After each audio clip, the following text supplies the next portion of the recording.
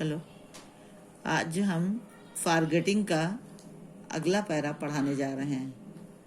There are, it must be admitted, some matter in regard to which the memory work with less than its usual perfection. It is only a very methodical man, I imagine, who can always remember to take the medicine his doctor has prescribed for him. This is the more surprising because medicine should be one of the easiest things to remember. As a rule, it is supposed to be taken before, during, or after meals, and the meal itself should be a reminder of it. The fact remains, however, that few but the moral giants remember to take their medicine regularly. Certain psychologists tell us that we forget things because we wish to forget them. And it may be that it is because of their antipathy to pills and potion that many people fail to remember them at the appointed hours. This does not explain, however, how it is that a lifelong devotee of medicine like myself is as forgetful of them as those who take them most unwillingly. The very prospect of a new and widely advertised cure all delight me, yet even if I have the stuff in my pocket, I forget about it as soon as the hour approaches at which I ought to swallow it. Chemists make their fortune out of the medicine people forget to take. There are, it must be admitted, ऐसा स्वीकार किया जाता है, some matters, कुछ मामलों में, in regard to which the memory works with less, कुछ मामलों में याददाश्त कम काम करती है, then its usual perfection, अपनी पूर्णता की अपेक्षा.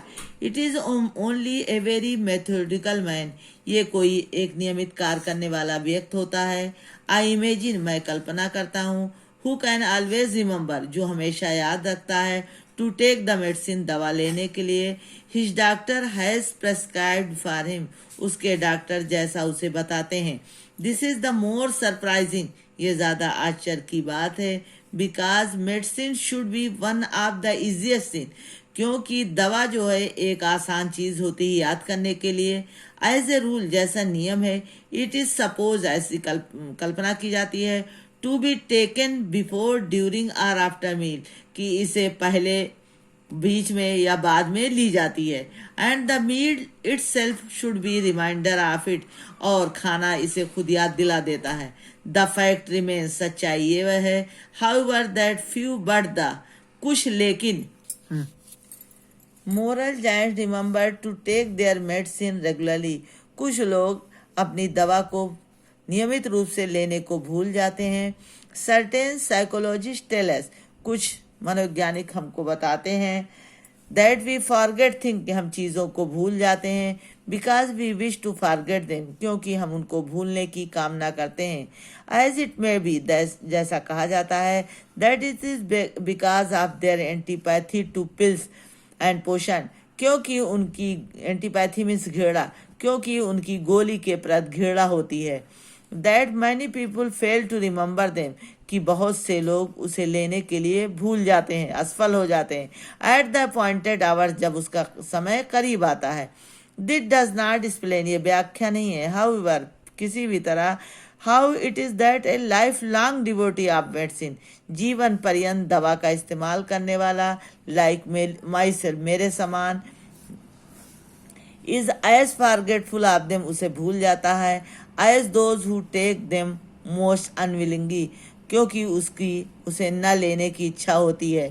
The very prospect of a new and widely advertise, लंबा चौड़ा विज्ञापन जो होता है, केयर ऑल डिलाइट मी, मुझे खुशी तो प्रदान करता है, येट इवन, फिर भी, if I have the step in my pocket, मैं जेब में वस्तु को रखे रहता हूँ.